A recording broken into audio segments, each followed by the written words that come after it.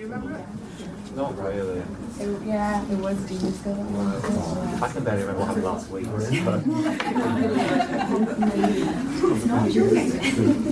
Oh yeah. Right, okay, are you all ready to get cracking? Yep. So this is the second round of the Northern Ireland South Regional. Again, unfortunately, we do not have an opposition, but as we've got a great replacement with the judges and audience questions. So Ross School and Cross and Passion will be thinking about what questions do you want to ask during the speeches. So judging, we've got Sally with us again, and we've got two new judges in Robbie Best and Sinead Doyle. So I'm just going to introduce them to you. Robbie is Communications Officer at the Building Change Trust, a charity working to develop more innovative and effective practice in the Northern Ireland voluntary, community and social enterprise sector. Having studied film and visual arts to a master's degree level, he also trained as a journalist and is passionate about helping charities and community groups tell their stories to as wide an audience as possible. He thinks journalism plays a key role in vibrant democracies and believes it is essential to question the messages being given to us by government and authorities. In his spare time, he enjoys bouldering and spending time in the outdoors with his dog. And joining Robbie and Sally, we have Sinead Doyle. Leading MCE's Lifestyle and Consumer Division, Sinead manages a team of 3 consultants and is responsible for directing and delivering complex PR and marketing strategies for a range of clients, including the Merchant Hotel, Benacor Group? Bianco, or Bancor, depending on how you want to pronounce it. I'll go with the posh Bancor. Tourism Ireland, Special Olympics Ulster, Hospitality Ulster, DRD Travelwise NI, Dillon Base, Shortcross Gin, Cathedral Eye Clinic, Premier Inn and the Irish Landmark Trust, amongst others. A very impressive list. She's also Vice Chair of the Chartered Institute of Public Relations in Northern Ireland and takes an active role in promoting professionalism within the PR industry. Prior to moving into PR in 2011, Sinead worked as a journalist and editor for over 5 years, working in a number of well-known Northern Ireland consumer and business magazines, and she holds a BA in journalism from Dublin City University. So a big welcome to our judges. And the motion before the House today is Western Museums should agree to repatriate cultural artefacts. Speaking against the motion, because we have no for the motion, is Ross School Armagh. Speaking first will be Conor Moore and second Laura Whiteside. So I'll let you introduce yourselves. My name is Laura Whiteside. I am currently studying politics, sociology and maths. I'm hoping to do psychology at university, which I'm really hoping will lead into counselling. I would like to specialise in childhood and young people kind of area. I play netball and I have an interest in music and theatre. Okay. And Conor?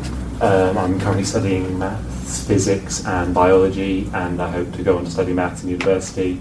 And unsurprisingly, I also hope to do maths as some sort of employment, so very rounded individual. And you don't have to remember anything from maths. See, I hope that, and then AS results are...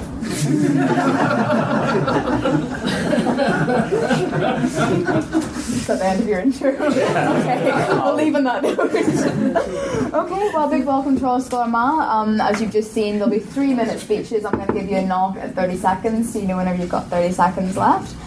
Speaking first is Conor, whenever you're ready. Thank you.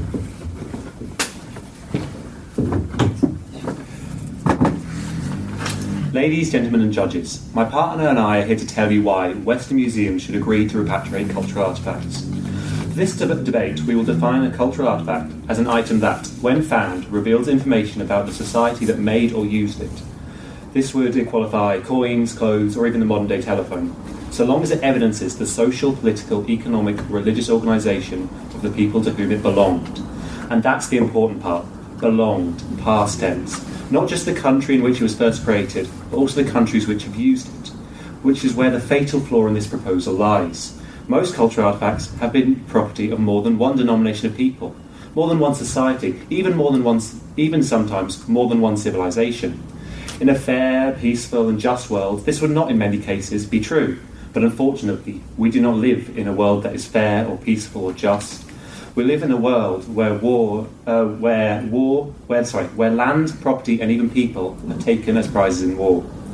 Let's take, for example, the Elgin marbles and the Parthenon. The spark that, with the catalyst of a Mrs. Malclooney, brought this issue into the eyes of the modern media.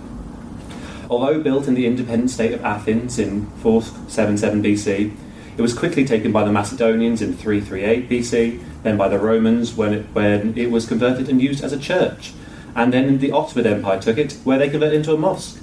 It wasn't until the late 1800s that the Hellenic states, under the title Greece, got independence, and the Parthenon, now minus the marbles, became Greek. The Greeks claim that the marbles should be returned to them, as they are cultural artefacts belonging to them. But are they not also cultural artefacts to the Romans and to the Turks? Why should not be returned to them instead? And the decision of ownership does not end there. With fervent destruction of historic artefacts throughout the Middle East, not all birthplaces have remained safe to house them. Of course, this does not apply to all countries, but who dictates which countries are safe? What guidelines must be met for the country to be allowed to house irreplaceable treasures of the ancient world? The picking and choosing will just stand to further cement the xenophobic attitudes towards those of foreign descent. With one hand, we reach out in friendship, advocating inclusion, whilst with the other, we shun countries, deeming them unsafe. This blatant hypocrisy will only cause greater stress on the West's already tenuous relationships with the East. But was the alternative return it all, giving any country the request an item that was once theirs, irrespective of the country's economic or political stability? Their plans for the artefacts, or even the level of corruption in the country, being forced to repatriate these beautiful pieces from the public museums of Europe and North America to the private collections of whichever world leader claims them? Surely these cultural artefacts should be displayed to as many people as possible. As culture is not something that can be owned, a culture can no longer be tied to one geographical area or ethnicity. Culture must be displayed to educate as many people as possible. Culture is and must be anywhere, but cultural artefacts cannot. Thank you. Nice, well done. We'll now move on to Laurel, whenever you're ready with your speech.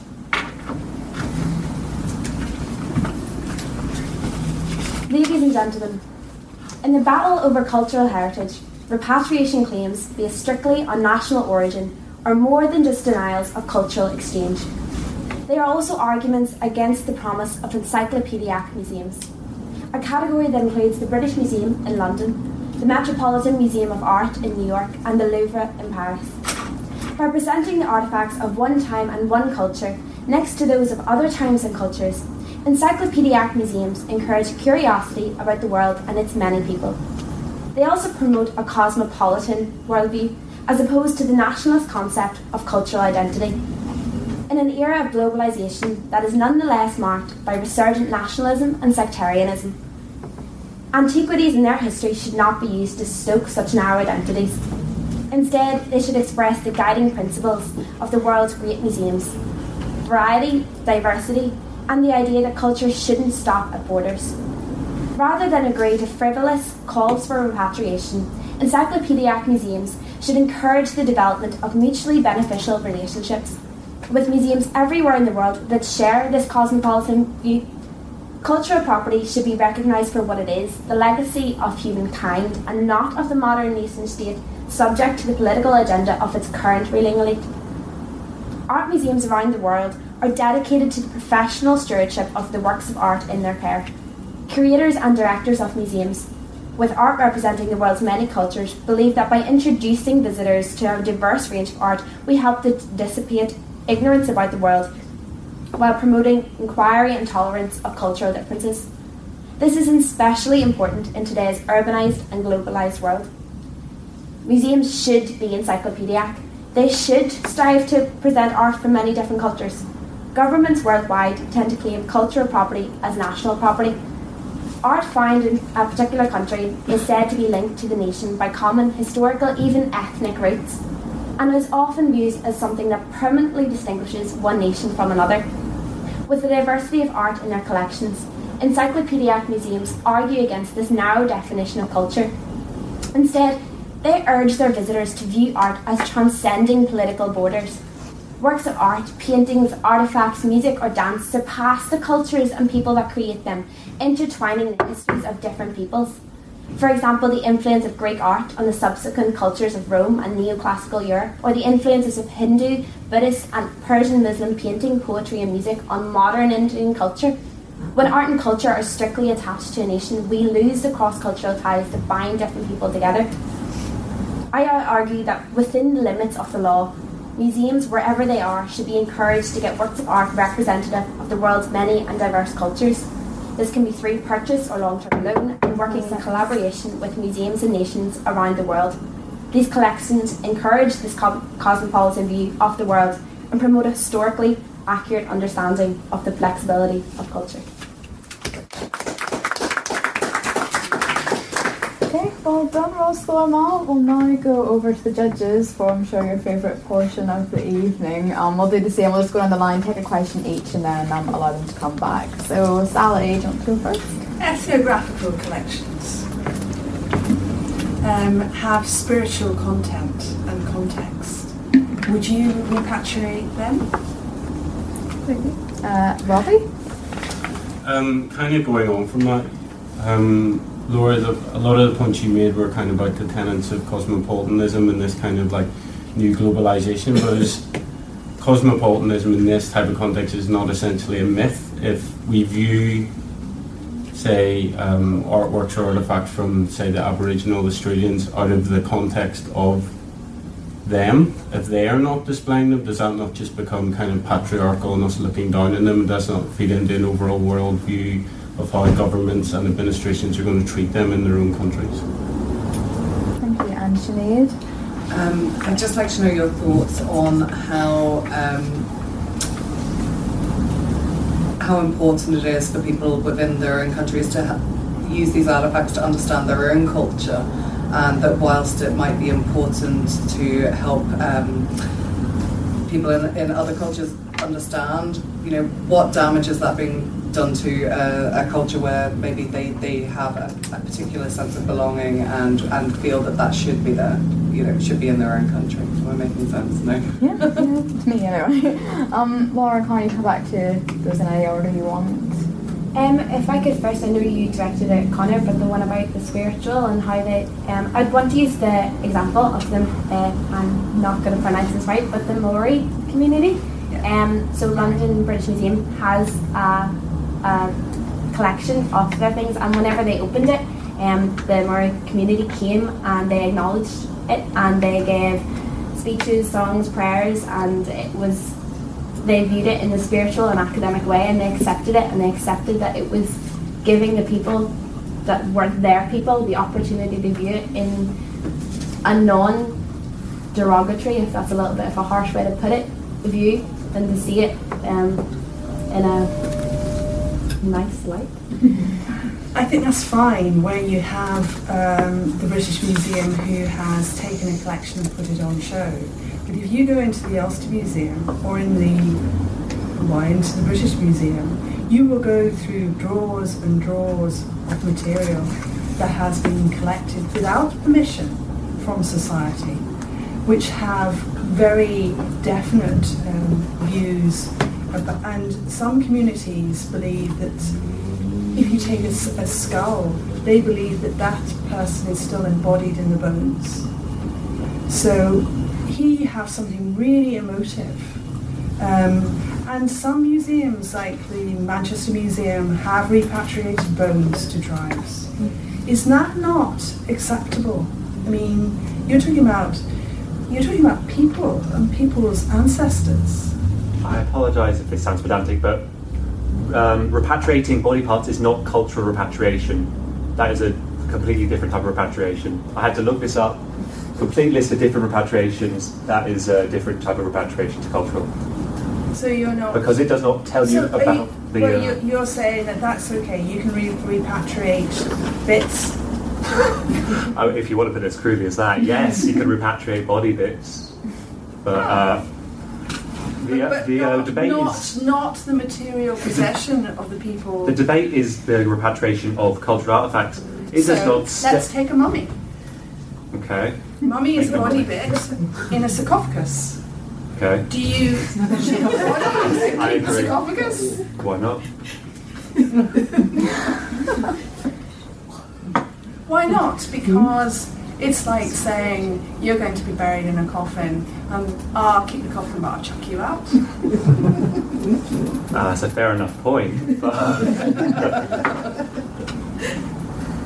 Let's try a different question now. Get out of this hole maybe, and move on to another I just question. buried you there. I mean, I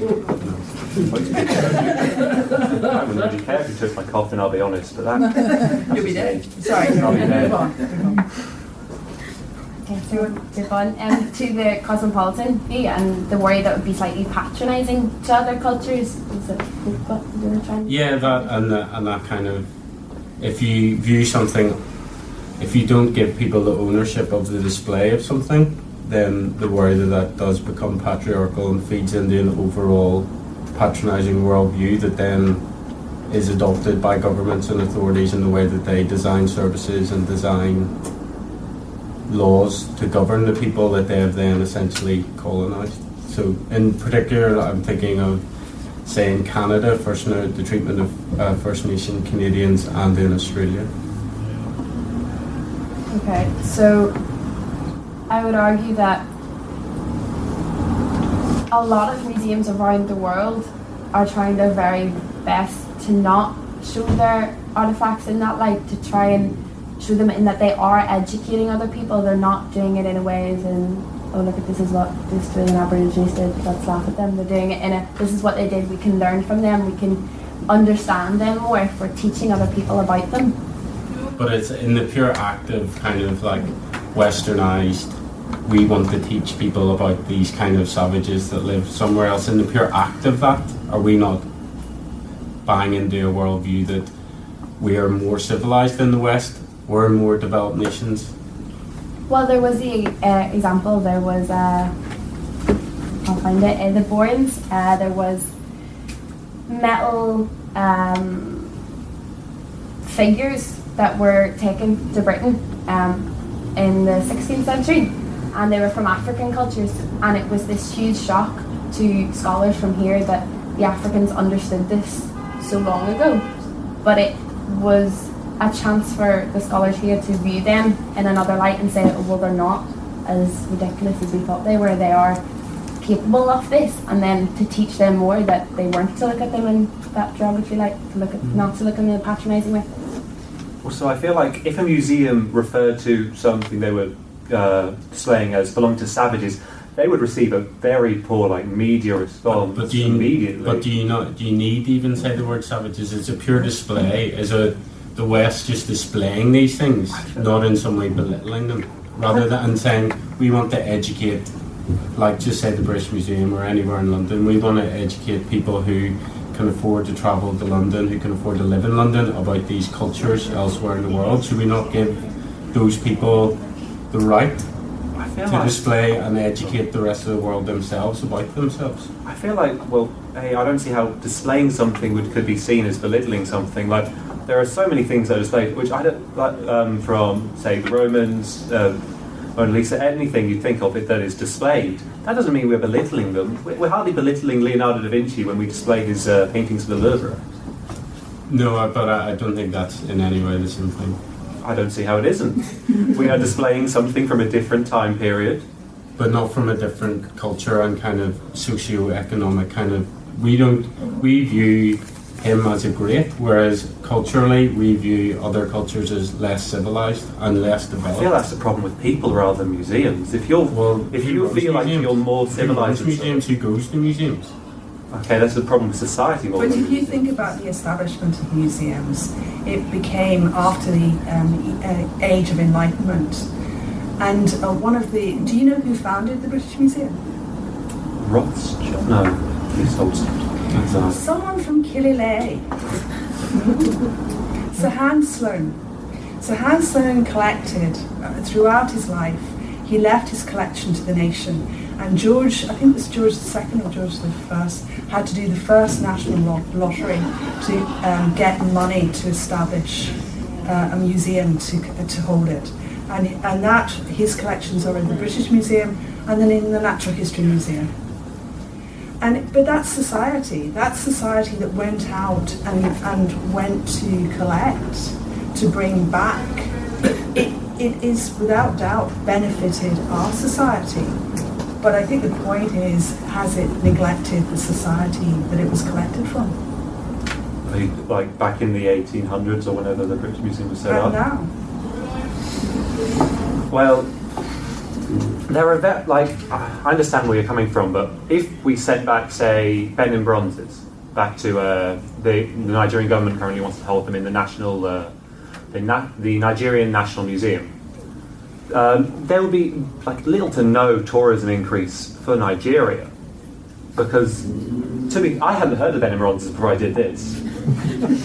That may just be me being uneducated. I don't deny that, but if I went to the British Museum, I would find out about it. Wouldn't find out about it in Nigeria. Have you been to the British Museum? Yes. It's vast. I know. I would be more likely to find out about it than if it was in Nigeria. You win that one. Do you want to touch on Sinead's question? I think it's been covered, but it comes back to that point. You might be less likely to find out about it if it was in Nigeria, but what about the people in Nigeria, and are we undermining their right to understand their own culture? I would think not. That's putting it very bluntly. But we're taking Nigeria as an example. Obviously, I've never personally been to Nigeria, but I would assume that there's not very many Nigerians who would have the time or the money to go to a museum. Obviously, yes, they're going to be very interested. They're going to be very interested in their origins. Do you know Nigeria has the largest population of people in Africa? They're going to be very interested in their origins, but I don't feel that they have the resources to preserve these artifacts in the way we do. Let's take an alternative, which is Lewis Jessamine, because it's in the pack. So, Lewis is that which way is it? Scotland, Lewis. They're educated people. Why can't they have the Chessman back? Why do they have to be in a museum? As part of the UK.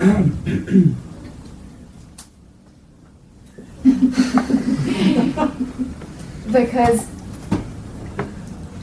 I would argue that the museum has got this, it has received it legally, it has not taken it, has not been illegal in its acquiring of it, and I feel that the museum has the right, if they've looked after it all these years, if they've preserved it, if they've put their time and energy into looking after it, why should they lose it now? Well, do you not think that they should have a more enlightened loan policy? I do, and I feel that I did mention that in my speech, that the loaning of artefacts and spreading them throughout the world, throughout museums, I do believe in that. I do think that is that, but that's not repatriation. So I do think loaning, I fully agree with that. I feel that shares the cosmopolitan vision that I was talking about, but it's not repatriation, sorry.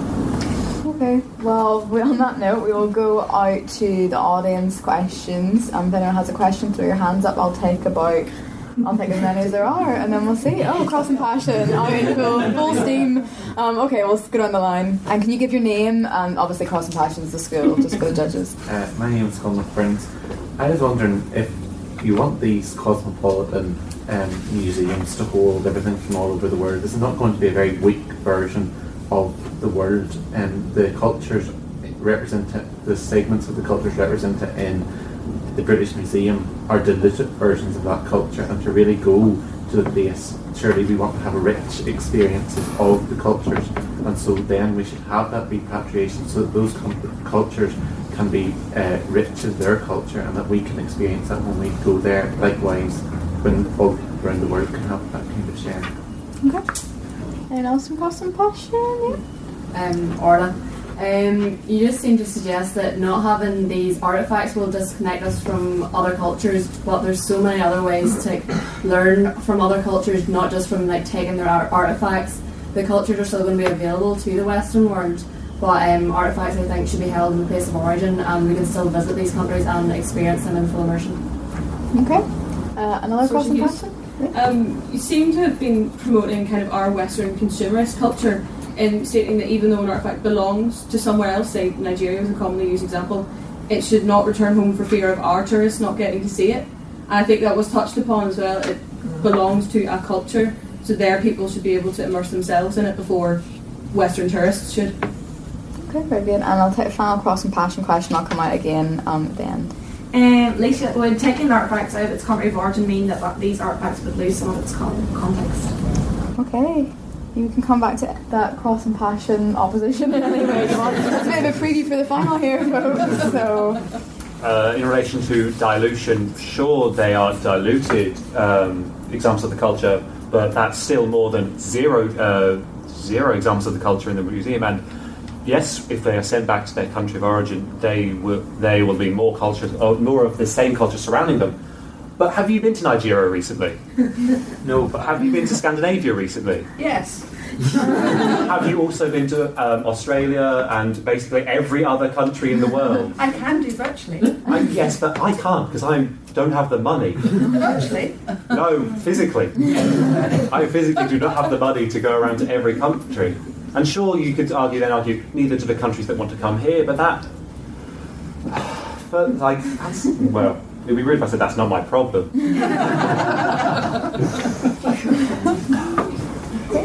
But that just means that we should spread out encyclopedia museums more around the world rather than just sending everything back to where it came from in some sort of weird filing system.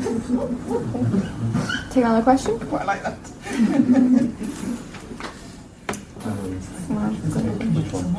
I guess it's just kind of following on with that. If we were to send everything back to the one culture, if we were to send it all back to the one country, well, one, that means no other country is going to experience anything else. Yes, we all do have the internet, but it's not the same. I think we can all safely agree it's not the same as seeing it in person. And two, the main problem with repatriation is which country are you sending it back to? How do you define borders? Something that belonged to the Greek Empire years ago could end up in any modern nation. How are you going to draw the line there? About context, I'm not sure who. Yeah. No, because the aim of many museums is to provide the context, is to provide that with these artifacts, provide the history behind it and the people of that culture and their thoughts behind it and why they created it. That's what a lot of museums aim to do. They're not just setting the artifact out and saying this is this, not giving you anything else. They do tend to provide you with more information so you don't lose the context. Yeah, there's a question about Orla's question about there's other ways to learn from cultures. You don't just have to take their artifacts. Well, I think that's also the same as how I touched. Yes, we do have the internet and we do have texts and subjects like that, but like I said, it's not the same as seeing it, and it's not the same as being explained to it and seeing the Islamic their geometric patterns that they created in the 14th century. It's not the same as seeing that in person. And also a lot of scholars from the British Museum, once they first got the artifacts to them, it gave them an entirely different view than what the texts they had been reading and being taught for years and years and years. Once they had the artifacts, it gave them this entirely other view on it, and they could interpret these texts entirely differently because they had the artifacts in front of them. Can I? No, actually we're not meant to come back, so that's alright, you can let it out in the final. I think, Saoirse, did you, that answer to your question? Well, the kind of, one of the aspects of my question was about the tourism. Yeah, that was the question. There was also kind of like, why is our Western tourism or learning about other cultures more important than the culture that actually originally came from, and them learning about it? Not particularly sending it back, but them knowing and having it.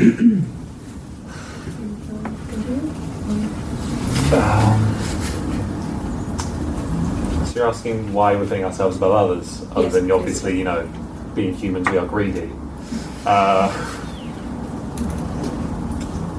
Okay.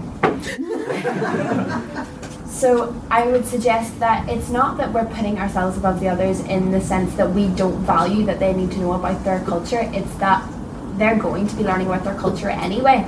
They don't necessarily need all of it to learn about it. They have that's it. We haven't taken every artifact from every country. They would like to hope they still have quite a bit left in their country to explain it. We didn't go to every country and just strip them of everything that they own.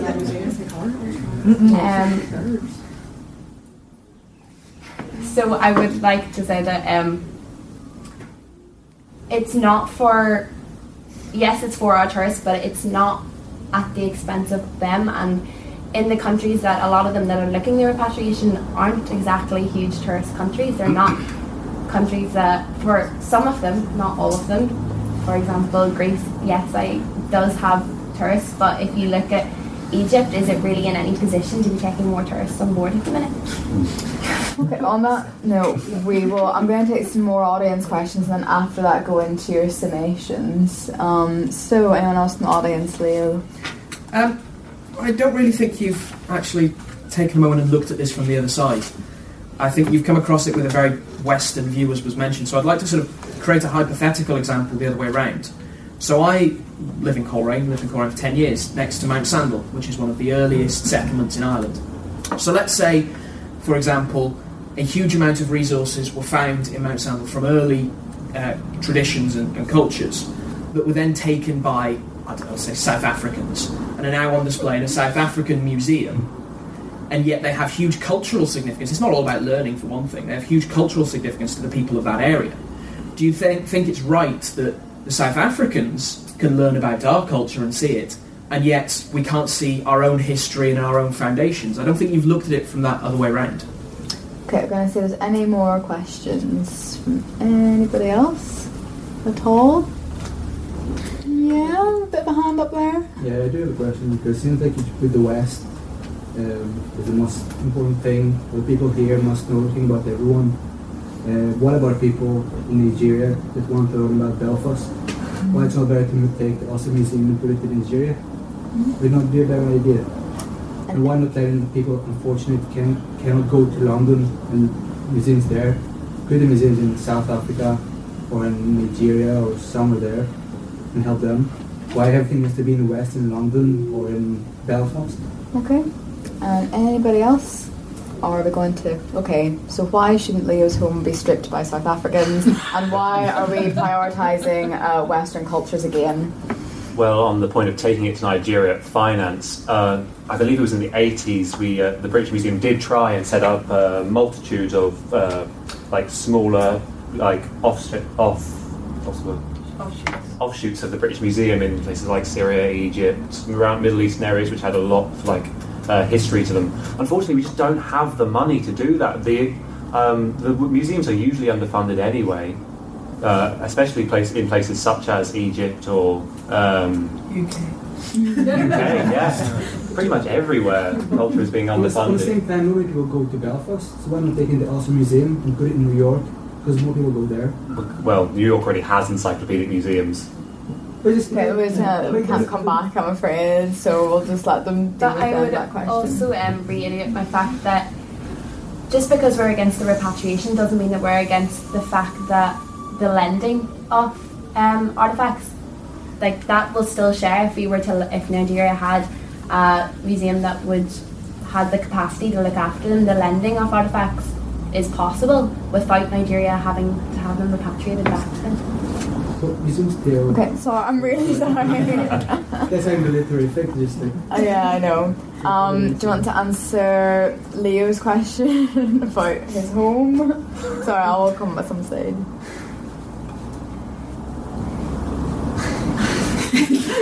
Not really, but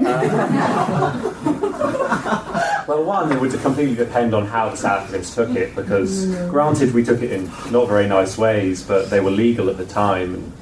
They were, because the government was doing it. Even if it's immoral, it's still technically legal. I don't know how these South Africans... It wasn't illegal. It's still legal. I don't know how these South Africans are just coming into, where was it, Coleraine? Mount Sanders, and just stripping it of its culture. But should they be able to? And also, you should know about your culture without the the enablers of stuff which is in the ground next to your house. If you need those so desperately, if you need those so desperately, I don't think you deserve to know. Okay, I'm going to take one from Cross and Passion. Whose question is better? Yeah? Why shouldn't we repatriate and then trust that they'll lend it to us back? Is this not just a residual colonial mentality when we think we're better than everyone else and so don't trust them to trust us enough? Okay, so you're arguing that we repatriate and then hope that they lend them back to us. In a world that would be nice, but I don't know if that would happen. Also, if they're being lended, why can we not lend them to the first place? Like, if it works both ways, why can we not just lend them to them, if you understand? Why do they need to be repatriated if they're going to be sent back to us anyway? So are you of the argument that you don't want any repatriation of anything, that all the other museums around the world? Well, it's not like we just have everything in one museum. Like, a lot of museums have artifacts from all over the world. But you don't want any of those things that you would regard as, say, if you're arguing from the point of the UK, repatriated back to the UK, you're happy? If we were to put forward the argument to a museum and say, you know, we would like the lending of these artifacts for a while so we could have them, I would say that that would be okay. I mean, I can't see how we could argue that we refuse to give these back and then want them back from another place. It's slightly hypocritical of us. So yes, it would be okay if they're in a museum, that they're being looked after. The problem would be if they were somewhere that we didn't feel that they were being preserved in a way that was necessary. But the museums that have a lot of these artifacts at the minute are preserving them and they're looking after them, and they've done this for so many years. Why should they not continue to kind of reap the benefits of all the work they've done? Okay, and on that point, I'm going to go into your final summations. So you've got 1 minute to sum up all the heated arguments that have been raised in this debate and really hammer home the points you want to make. So again, I'll knock on the table at 30 seconds. Whenever you're ready. Ladies, gentlemen and judges, the idea that returning historical artefacts to their country of origin is anything more than an attempt to play on our deep-seated guilt for the wrongdoings of our national ancestors is absurd. The only thing more absurd is the concept that giving it back after centuries of not being used will in any way repair the damage. Granted, many of the objects were acquired in ways which are often less than pleasant or could be considered immoral, but the answer is not to put them back and try to forget it. Returning Nefertiti's bust will not restore Egypt to its pre-conquered glory. Returning the stolen kanga will not cover up the scar colonialism left in Africa. Returning the turquoise mosaics will not bring back the Aztec Empire. Our job now is to display these items and retell the stories of how they came to their current residence, alongside other artefacts from across the world. To educate people on how other cultures came to be, to display the beauty and the travesty that fills our history of all societies, foreign and domestic. As these encyclopedic museums that my partner mentioned display the different paths by which nations have ended up where they are, and they need to continue doing so. And Laura.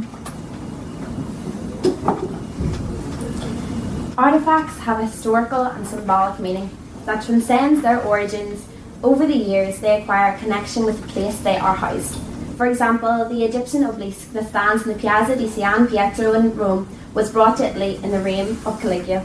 It is no longer merely an Egyptian artifact. It has become a symbol of Roman dominance in the ancient world and the European Christian culture that succeeded it. During the Middle Ages, it was believed that the ashes of Julius Caesar were contained in this gilt ball at the top of the obelisk. But I feel that James Cuno, the director of the Metropolitan Museum of Art in New York, puts it best when he said that culture knows no political borders. It never has.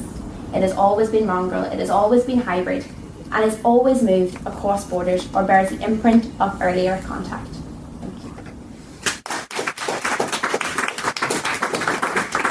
Okay, a massive well done to Ross, Laura and Cross and Passion for 2 mock debates. I really feel like there was strong opposition for both schools, and I personally am very excited for the final now. So we're going to go to the judges and get feedback for the speakers. Again, we'll start with Sally. I want Reuter gold repatriated from the Republic of Ireland. Reuter gold is a beautiful little golden Viking, it looks like a little Viking boot. It was found near Derry. But because it was found before 1922, it went to Dublin. So I want it back. I thought you did very well. Obviously, one of the things you need to watch is timing.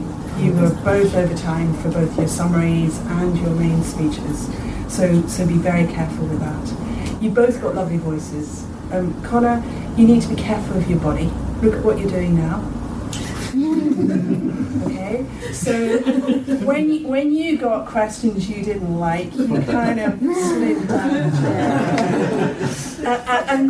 And your sense of humour is fantastic. Be careful it doesn't go into insult. And it's a very fine borderline to maintain a debate in a good human manner without insulting the person who's asked the question.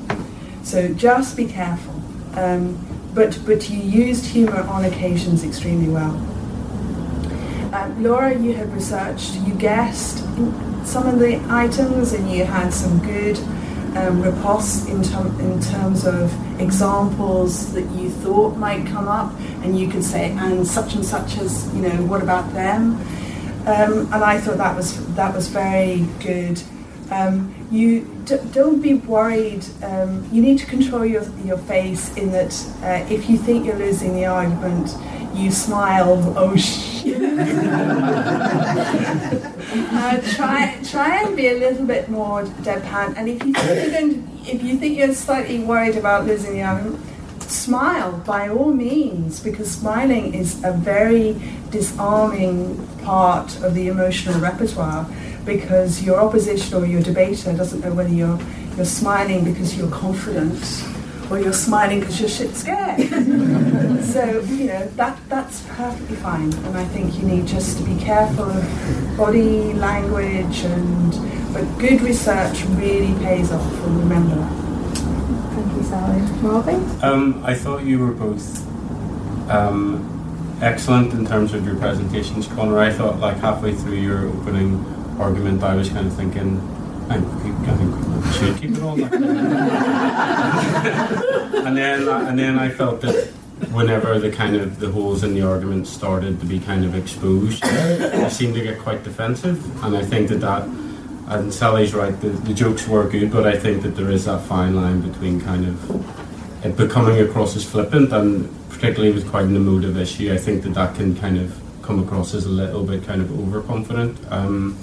Laura, I thought you were really good throughout. I thought you were kind of, despite being on kind of maybe the slightly more morally dubious side of an argument, you handled that with real poise, I thought, and showed a bit of some real good leadership in there whenever Connor was kind of struggling and taking a moment really to collect himself. You stepped in a couple of times, and I thought that was really good. But overall, I would say presentations were very good, but it was just whenever the kind of back and forth got going, if you can kind of both of you just kind of keep the emotions there and kind of a little bit more poise would have been better.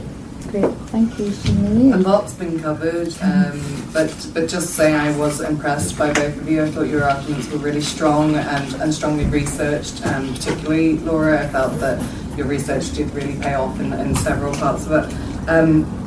Connor, I think your sense of humour was really good at times, and I know we've touched on it, but I think you did cross the line a couple of times and maybe appeared a little bit nonchalant when people were asking questions and dismissive, so I would just watch that a little bit, and I could actually see Laura almost kind of at one point, so perhaps even just anticipating that, and in practice, how are you going to respond to questions, and anticipating how the others are going to react, so that maybe doesn't come across.